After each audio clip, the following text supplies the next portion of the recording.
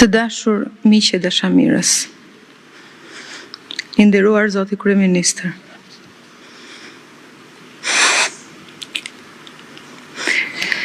dita e sotme është për mua dita më e errët dhe e trishtuar e jetës.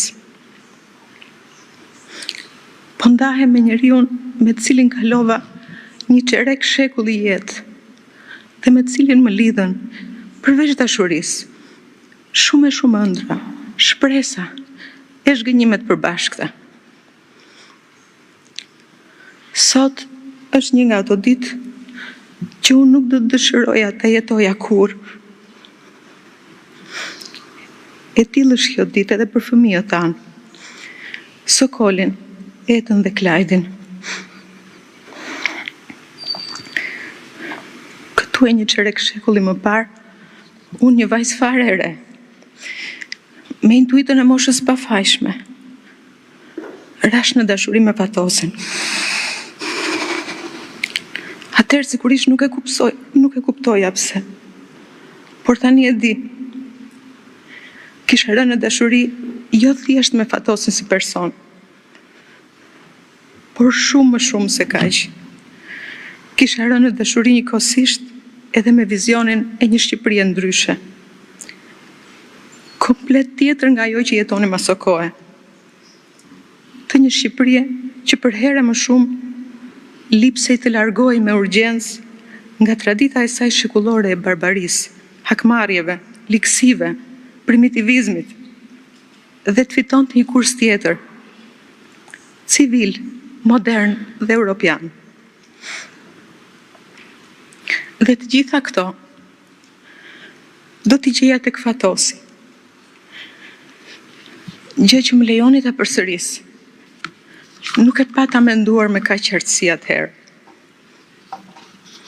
Me kalimin e kohës, ditë pas dite, unë pata fatin të zbuloja tek Fatosi vlera dhe cilësi që nuk janë aq të shpeshta në jetën tonë, aq më pak në jetën publike dhe politike.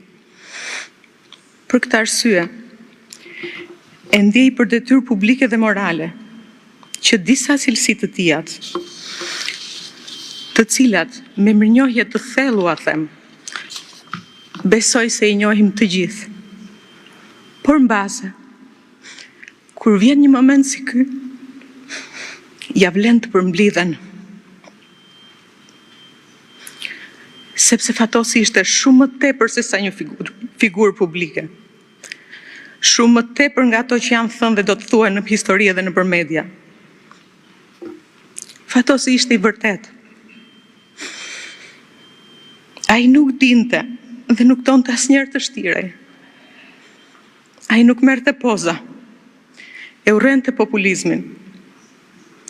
Ai bënte atë që besonte dhe besonte tek ajo që bënte. Sepse ai besonte me shpirt në vlerat europiane. Fatosi ishte neveritës ndaj banalitetit, servilizmit dhe paaftësisë. Siç e ka thënë vetë, ai eci mes baltës së politikës pa u bërë pis prej saj. Fatosi nuk ishte një njeri i zakonshëm. Ai nuk bënte asgjë për gjysmë. As punën, as miqësinë, as dashurinë. Ai kishte një zemër të madhe. Një zemër që dinte të falte, të mirë kuptonte dhe të donte me gjithë qenien e tij. Hakmarrja ishte një cilësi të cilën ai jo vetëm nuk e kishte, por nuk pranonte ta njihte. Më së miri, këtë e dëshmoi në periudhën kur e drejtoi qeverinë menjëherë pas burgimit pa drejtë, kur vendi ishte në prag të përplasjes më të madhe civile. Ishte sjellja e tij që rindërtoi atë që edhe pse nuk duket, është thelbi i jetës së një vendi. Paqja sociale. Në emër të saj, Fatosi solli një frymë të re, që e konsideronte jetën politike jo si përplasje, por si garë dhe konkurrencë, përplasje alternativash dhe jo luftë, por si marrëveshje dhe kompromis.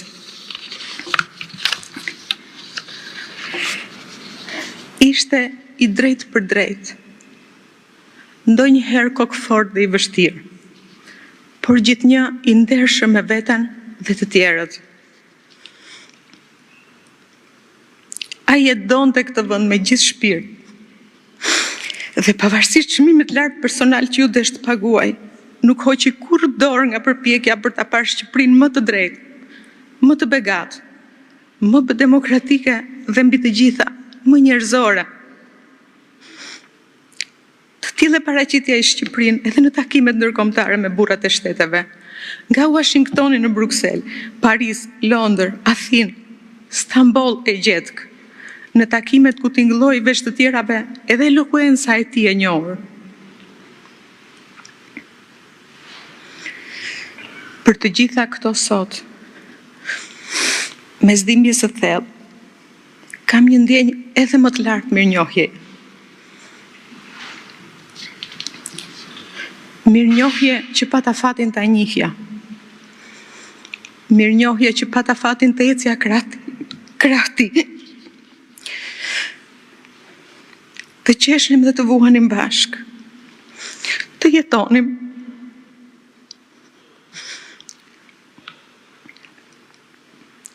Dua t'i them edhe njerë publikisht. Faleminderit, Fatos. Faleminderit që më deshe dhe që më the mundësin të dua. Faleminderit që ishe ky që ishe.